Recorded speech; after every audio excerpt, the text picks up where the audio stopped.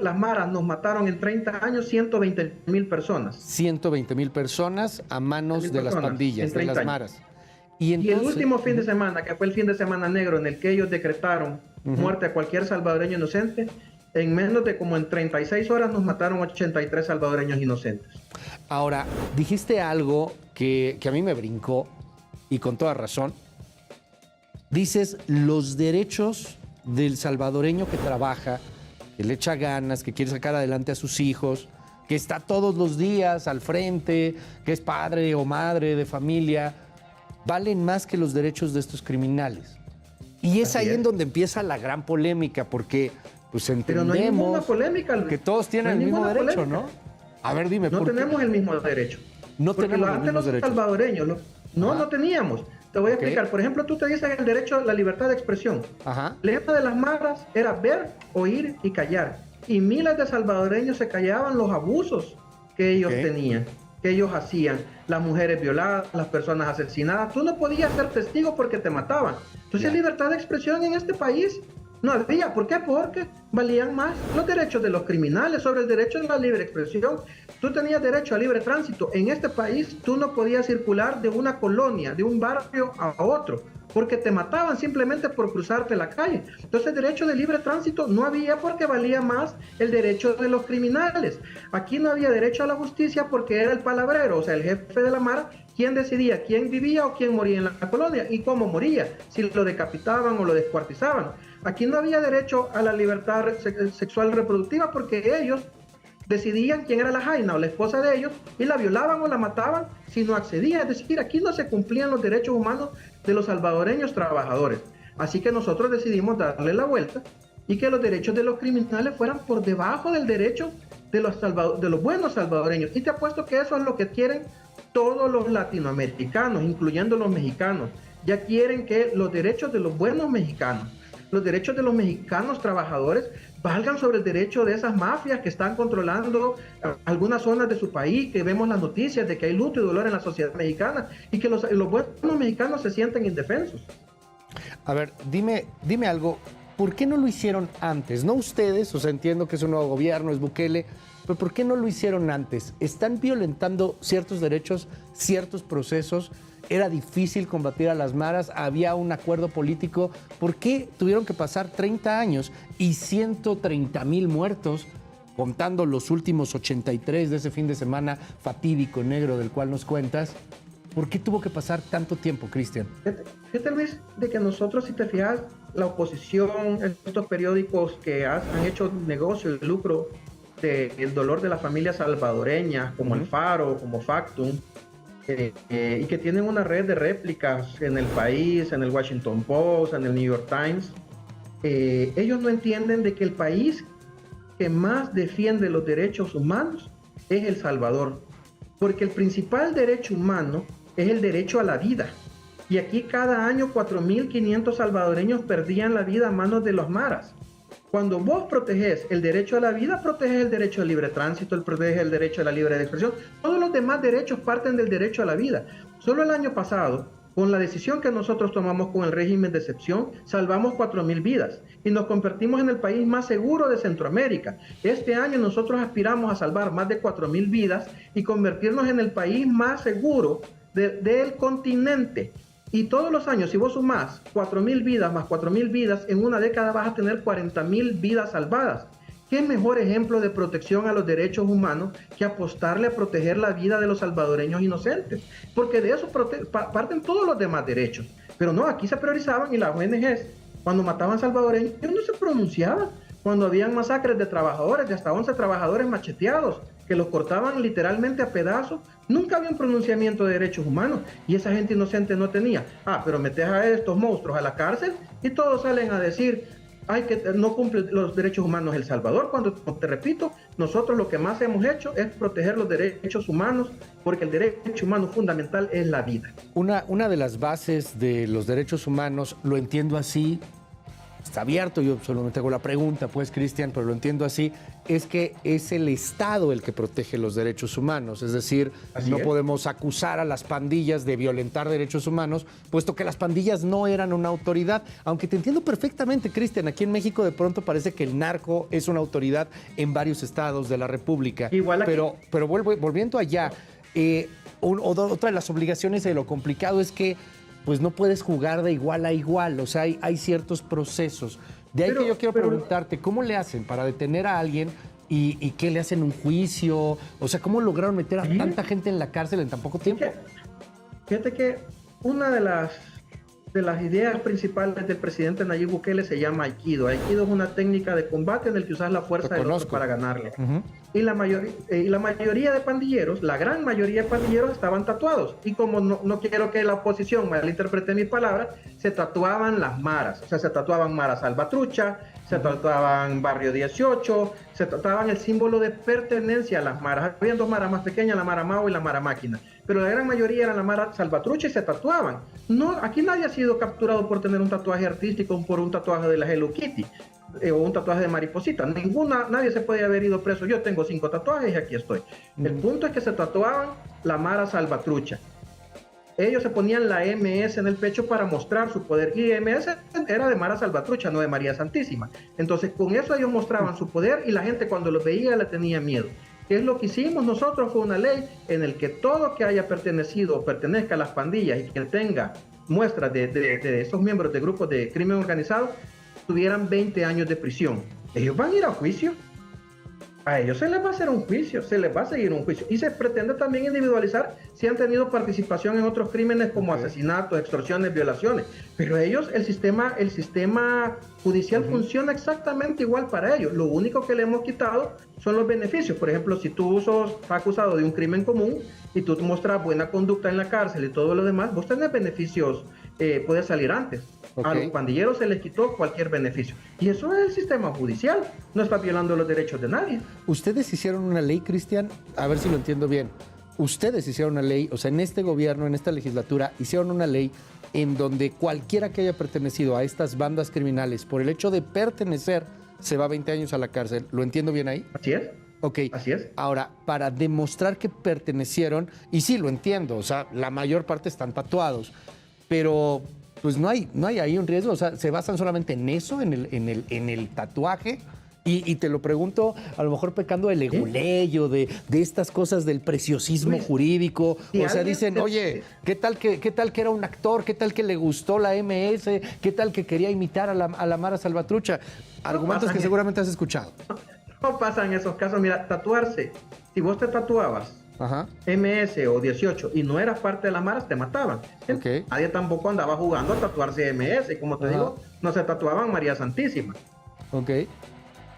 Tú, o sea, detienen a alguien, si tiene MS o 18, se va a la cárcel, así de sencillo. Así es. Te lo pregunto porque, mira, por ejemplo, hoy día, y yo no estoy, o sea, digo, yo no tengo un tatuaje, pero hay gente que se tatúa la suástica, ¿no?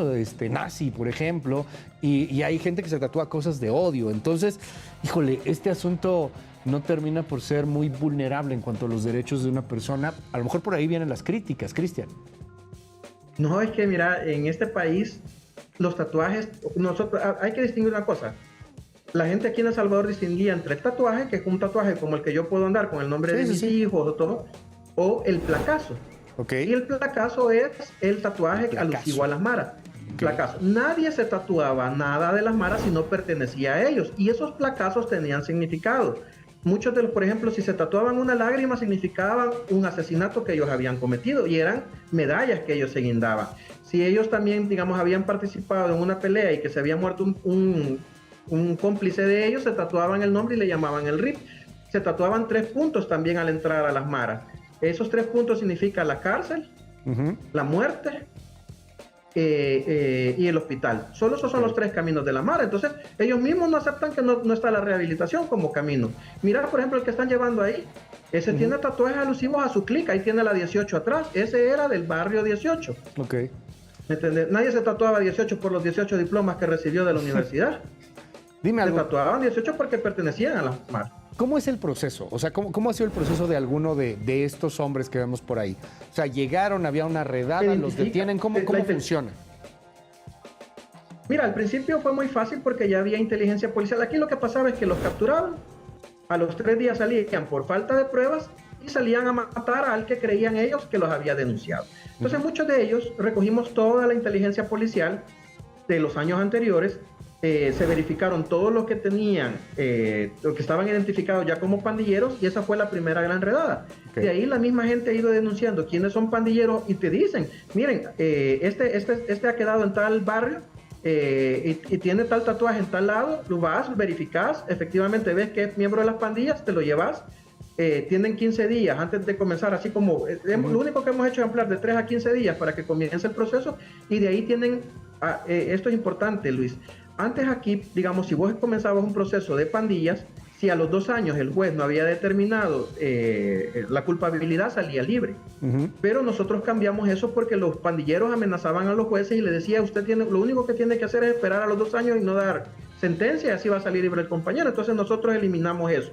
Si es pandillero, así como estos que están tan marcados, el juicio va a seguir hasta que se determine la culpabilidad. Entonces ellos y no tienen beneficio a nada. Entonces se sigue el proceso judicial de cualquier país en Occidente. Aquí en México tenemos algo que creo que también existe allá en El Salvador.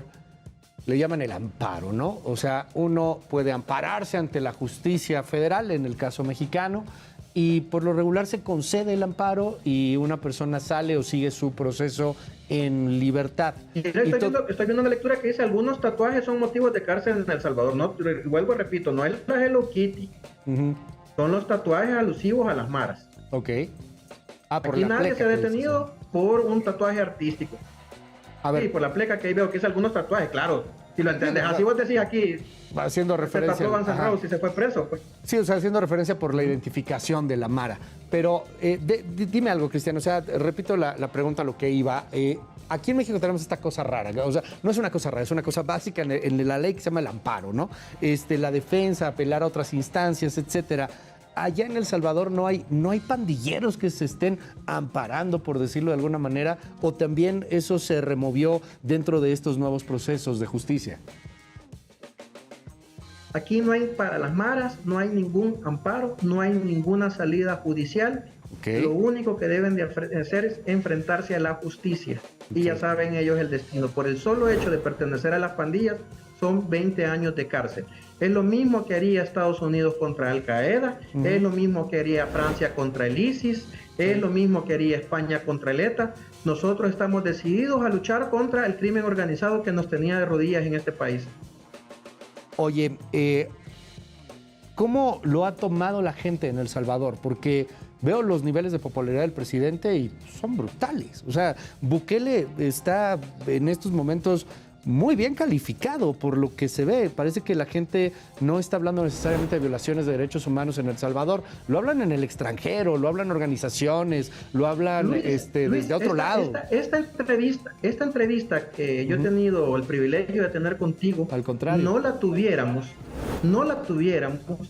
si no todo el mundo estuviera hablando de Bukele en el mundo. Yo he visto noticias de Bangladesh, bueno, acabo de ver una de Alemania, o sea, veo noticias de todo lado en el mundo. Newsweek lo acaba de decir que necesita un American Bukele en Estados Unidos. En España acabo de ver un noticiero que dice que necesita más Bukele, el mundo necesita más Bukele. Es decir, todo viene de que hemos hecho las cosas con 2 dedos de frente, tomando en cuenta la lógica por el beneficio de la población.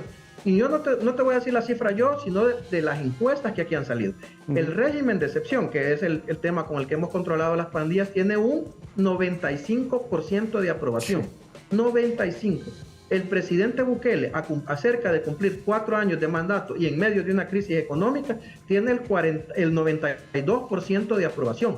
Y la Asamblea Legislativa, que era la institución peor evaluada del país antes de que llegara nosotros como partido del presidente Bukele, Nuevas Ideas, ha pasado del 3% de aprobación a un 70% de aprobación. Es decir, la población salvadoreña avala las medidas, está satisfecha por los resultados. Este país ha cambiado de la noche a la mañana. ¿Cuántos detenidos hay hasta el momento? Han habido 64.000 detenidos, pero lo que muy pocos dicen es que 3.000 han salido porque al final se investigó y se determinó que no tenía vínculos con pandillas, es decir, el sistema funciona. O sea, 3,000 han sido declarados inocentes, estaban tatuados igual, o sea, se los Sí, detuvieron. digamos, tal vez había una inteligencia policial, cualquier caso, pero el hecho es de que ya salieron y eso se te da pauta de que el sistema sí funciona, o sea, se determinó que no tenían lazos con las pandillas y han salido libres. Ahora, háblame un poco de lo que pasa cuando ya están detenidos, porque entiendo que ya no tienen derecho a salir, que ya no tienen tampoco muchos recursos legales, pero además el trato que además presume el mismo presidente, el que les dan raciones de comida limitadas, el asunto de que están en aislamiento, etcétera, ha sido extremadamente polémico. ¿Cómo es la vida de un reo detenido por pertenecer a las maras allá en El Salvador? Las condiciones de los reos son extremadamente duras y frías, pero más dura y fría es la tumba donde ellos dejaron a 120.000 salvadoreños. ¿Cómo son? Ellos no tienen derecho a visitas, no tienen derecho a llamadas, no tienen derecho a ningún contacto con el exterior, tienen una cama de metal, ni nada más, sin almohadas, sin cobijas, sin absolutamente nada. Y su comida es hacer una tortilla y frijol. En la mañana y frijol y tortilla, en la noche por 45, 30, 20 años. ¿Alguna vez comen pollo? No, ¿Alguna proteína? no van a comer. Fíjate que te digo, no. Porque Nunca. fíjate que hasta ahorita no hemos podido darle proteína o pollo a todos los niños que estudian en la escuela. Y el día que nos alcance para darle de comer a los niños en la escuela, pollo, le vamos a dar a las madres embarazadas. Y cuando nos alcance para las mujeres embarazadas, se lo vamos a dar a la tercera edad. Y cuando nos alcance para la tercera edad, se lo vamos a dar a los policías, a los bomberos, a los soldados, a los maestros. Y cuando nos alcance para todos esos, tal vez para los animalitos de la calle. Y por último, vamos a pensar si le damos proteína a los mareros. Por eso te digo, imagínate que estemos pensando en darle comida a los mareros cuando hay tantos salvadoreños honrados y trabajadores que comen frijol y tortilla todos los días por la pobreza. Nuestra prioridad son ellos, no los mareros. Ahora han construido una megacárcel.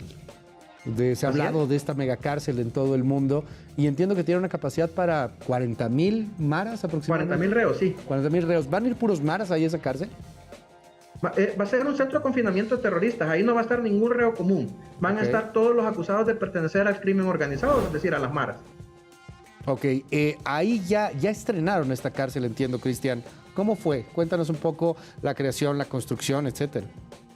Pues nosotros tuvimos que aprobar la construcción de esta cárcel porque los anteriores gobiernos no aprobaron la construcción de escuelas.